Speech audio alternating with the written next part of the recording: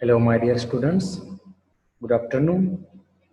I am Professor Atul Gonde, Assistant Professor, College of Agriculture and Allied Sciences, Baramati. Actually, today we are going to learn and discuss about our next lecture. The topic is Integrated Pest Management. It's a new topic and very interesting topic regarding the third semester. So, student, today we'll see and discuss in detail about the integrated pest management. So, dear student, first of all, integrated pest management, it is nothing but its meaning about integrated pest management is in the year 1967, according to the FAO, Food Agricultural Organization, and is expert and even some scientists that refers to the integrated pest management. It is nothing but it is a concept or it is a management system in the context of associated environment and the population dynamics of pest species, utilizes all suitable techniques and method in as compatible manner as possible and maintains the pest populations at level below those causing economic injury level. This is the definition that given by FAO, but actually the meaning of IPM, it's an I means integrated integration that is harmonious use of multiple methods or techniques to control the not only the single pest, also the as well as the some multiple pest that control.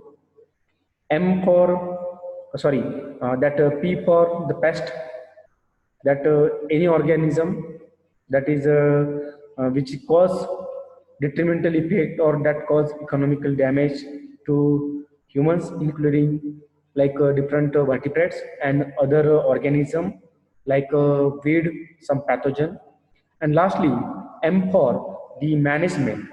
It's management means to set of decision or to making rules or to appropriate use of control measure, and this all this generally based on that should be the economical like social consideration and some like different point of view that IPM is a concept. So dear student, so why it is a need for the pest management or why the crop protection is essential.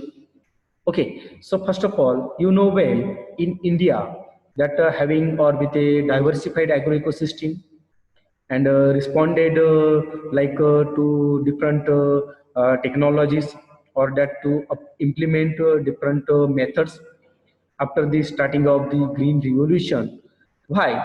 Because with the what may be the some introduction of new crop varieties, and finally this improving or developing these high yielding varieties that even also that uses of different agrochemicals or pesticides.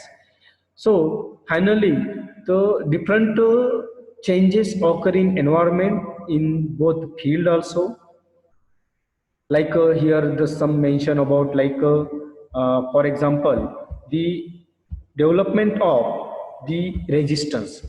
So here development of resistance, it is very that critical situation in case of this insect. Okay, so here that I am highlighting about the development of resistance.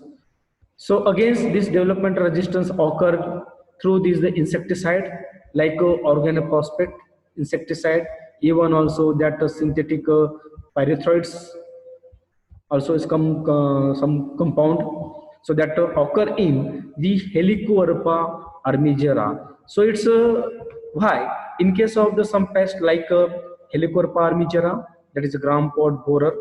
So here this type of the pesticide like organophosphate, monocrotophos like phenolphos, synthetic pyrethroid compound that when applied, so here the development of resistance develop.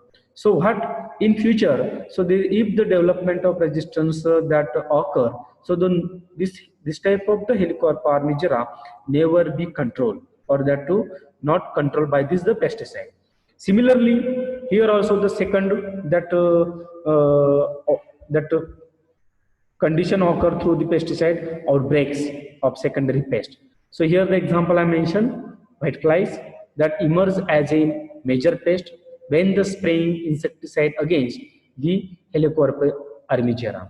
It means what? When any one single pesticide when applied, so it is applied for the major pest like Helicoverpa armigera. But what happened? The situation where occur to control the Helicoverpa armigera, but the white flies becomes a major. So here that it is a minor pest, and to finally it's become a major. So that is called as the outbreaks of secondary pest. Similarly, next one, that condition occur through this pesticide resurgence of target pest. That means suddenly increasing of this minor pest.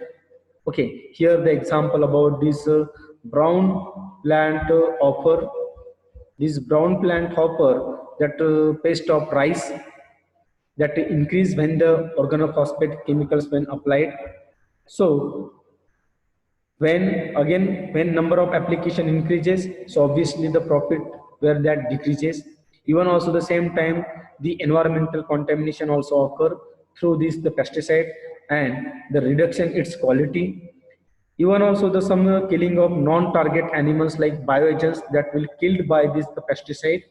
So we can, this natural enemies that generally used to kill the pest. So that is the one hazard caused by this pesticide. And finally the human and animal health also hazardous, or that to caused by the pesticide. That's why this the need of this pest management point of view, the IPM is essential. Even also this IPM, it is a one long term approach to managing the pests by combining different biological methods, cultural methods, and finally the chemicals that use to minimize the environmental risk or a health risk. Okay, so that's why the need of this pest management point of view, IPM is essential. Now, next one, what is the different objectives for the pest management? So first of all, the first objective is to reduce the pest status that will to below the economic injury level. Second objective, to manage insects by not only killing them but by preventing the feeding, even also to reduce the multiplication and to reduce the dispersal through this pest management tactics or methods when applied. Next one, to use eco-friendly methods which will maintain the quality of environment, that air, even water, wildlife and plant. Okay, now to make maximum use of natural mortality factors and apply the control measures only when that to needed. And finally, to use a component in sustainable crop production point of view. So these are the some important protective management point of view, the major objective here that covered by this IPM program or IPM methods. So next one, which are these important principles of pest control? The important principles of this pest control are the first of all, to identify and to monitor the insect pest. This is one first objective. Even also the some natural enemies we can that identified and monitor, and to we have to check the population through this IPM program when that to apply it. Second object, second principle, to the insect classification, properly classify the insect according to based on its order, based on its nature of feeding, nature of damage, and to find out the life stages. Third principle is to understand the pest population dynamics that different species it diversified, that in case that to available in the natural condition, we have to check the population and to study its concept at the and on the basis of its injury levels. Fourth principle is to understand the agroecosystem properly, that to what may be the some different plant species, different animals where that occur in the ecosystem, and what may be there the interchange or that exchange of energy takes place. Okay, so that to understanding purpose of this agroecosystem is very important. Now the next one, the knowledge of these introduced pests. Some pests are that accidentally introduced in new area, so we don't have any idea about like that new pest. So to get the knowledge point of view, the new introduced pest, this is the major principle of this IPM. So now the next one, 6, economics of the pest control. Some 7, like consumer pressures. 8, preventive control. Even also the even preventive control, like for example, simple way that different control measure are taken up. Okay, so we can in early stage before like reaching at an advanced stages. So for example, we can use here in preventive control that different seed treatment like carbopuran. Okay, in case of the shoot fly in jawar, even also the imidacloprid in case of the cotton, that comes under in preventive control. The next one, knowledge of various pest control, that so for example new methods, new materials for the that we use to like control or to check the sucking pest complex by using by these various pest control methods. And lastly, the extension education, this is also the major principle that comes under in IPM. So the role about that extension education, it is also the one important part of all the control measures or programs and initiate. So that time, unless actually unless the research result are not transferred or not dispersed or not disseminate to the farmers, so it is difficult to achieve the success in IPM program. So that's where here the extension education is also very important. Now, what are the importance or the significance of IPM or advantages of IPM? So, firstly, here the IPM is reduces or minimize the residue and toxic hazard in many public health or human health, in environmental risk, that minimize even like the food that contaminated through this pesticide, we can minimize the residue. So it helps to minimize the development of pesticide resistance. This is the major condition that we can reduce through this. The pesticide are very low level quantity when applied in the IPM program, so we can reduce the resistance.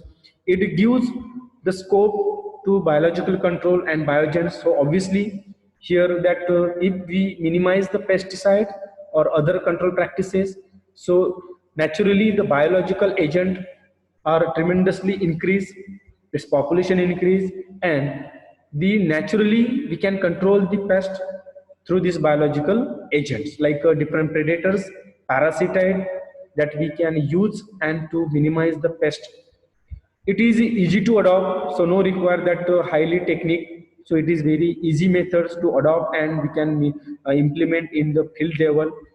It is cheaper, not like expensive, and even also the most efficient way of to utilizing the chemical insecticide. Even sixth one, it is ecological beneficial to both the human, animals and environmental point of view. And 7, export of the agriculture commodities here increase, so that highly demanding of this organic food or organic farming system in currently that highly essential. So we can generally that to increase the different kinds of agricultural product, agricultural commodities we can export to other country. So that is the major advantages through this IPM program. So similarly here also the some disadvantages, but here the very few disadvantages by using of this IPM. First one, the lack of the planning in national economic planning. Obviously, because there is the extension worker is the perform a great role if this type of the like IPM program is not disseminate or not transfer to the farmers. So we can that not plan properly. Okay, so here the second disadvantages of lack of IPM information to the farmers, same that previously I said. Third one is the pesticide industries create a situation that chemicals give effective control of pest control. Yes, that many pesticides company only that to suggest the farmer only this is the one way to control the pest. No, it is also the it is also the one secondary that methods we can use in case of the IPM program. So dear student, these are the some like advantages, disadvantages, some principles, objectives, and introductory part of this IPM. And similarly, in the next lecture or onwards lecture, we see in detail about this IPM. Thank you.